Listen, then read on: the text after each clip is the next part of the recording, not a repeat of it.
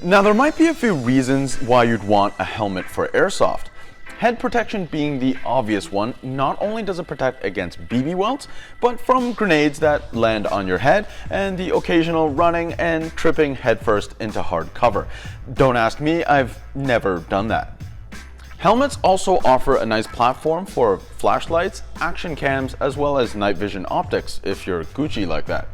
Now the problem with shopping for helmets online is that they look pretty similar, so it's hard to decide which one to go with. What's going on? Vincent here, coming at you from the land whose official phone number is 1-800-O-Canada.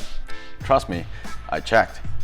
We just got in these new Amcor PJ helmets, so I figured it's a good opportunity to make a new gear video for you guys, this time on the good old head bucket.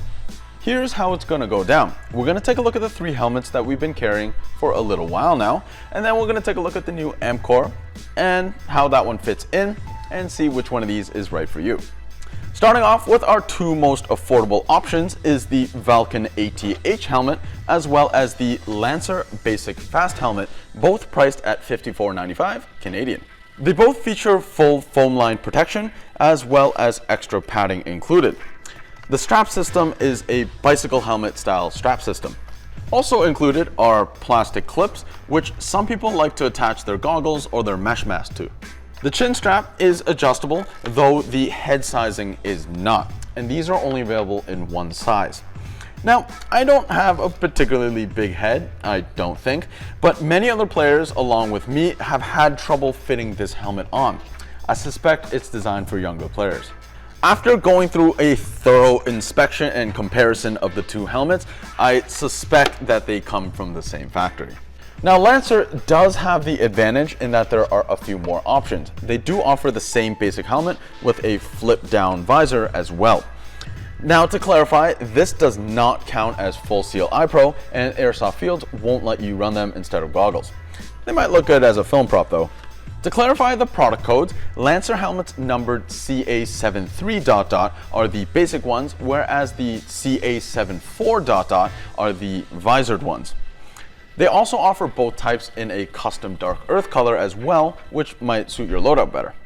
Moving on to Lancer's higher tiered helmets is the CA334, coming in at $87.95, available in black, tan, as well as OD.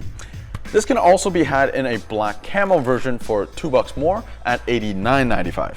Now this is more than a 50% price bump from their basic line, so let's see how this one measures up. The first thing I noticed is that the strap system is completely different. This is more like a proper tactical helmet with a plastic harness that ratchets down to fit snugly around your head. We carry only the size large, but because of that adjustability, we found that it fits most people. The padding that they use is a big step up from their basic helmet, especially at the front where you'll feel the most pressure. The webbing that they use is a much tighter weave and it feels much more durable. Now the jaw strap doesn't loop under the chin like a bicycle strap, but instead around the chin, and this one is lined with a soft suede-like material.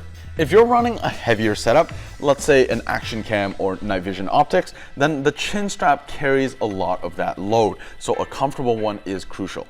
As a side note, if you find that the helmet's a little too front heavy, take a look into counterweight options at the back of the helmet. Included accessories are some foam padding to fine-tune your fitment, a bit of Velcro for the outside of the helmet, an insert for the front shroud, and one included rail segment.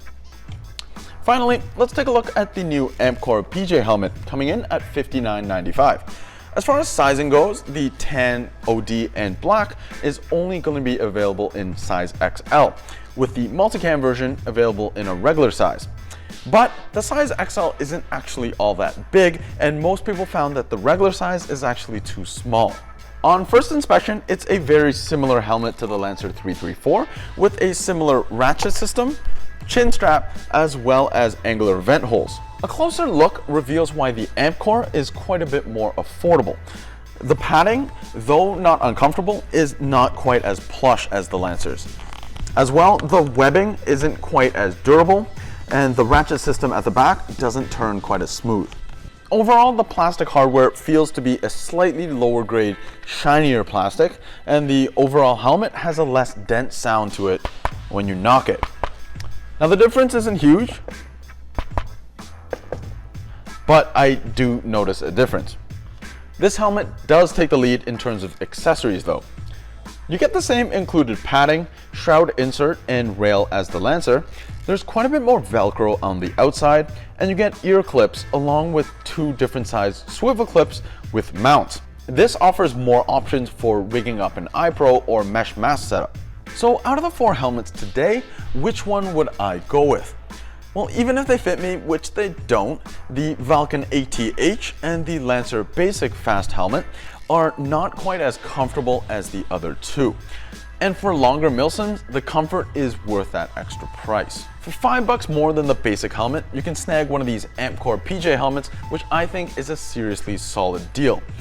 You get the same features as the more expensive Lancer, with more accessories to play with a slight hit in quality. Now, is the Lancer worth $30 more? I don't think it's gonna particularly last any longer, but if you know that you're gonna use your helmet a lot, I do think it's a slightly more comfortable, better built helmet. As a final note, accessories like swivel clips, rail mounts, and even spare parts can be bought separately, and you can find those in the helmet section of our website. That's it for today, guys. Thanks for watching. Subscribe for more Canadian goodness, and we'll catch you in the next one.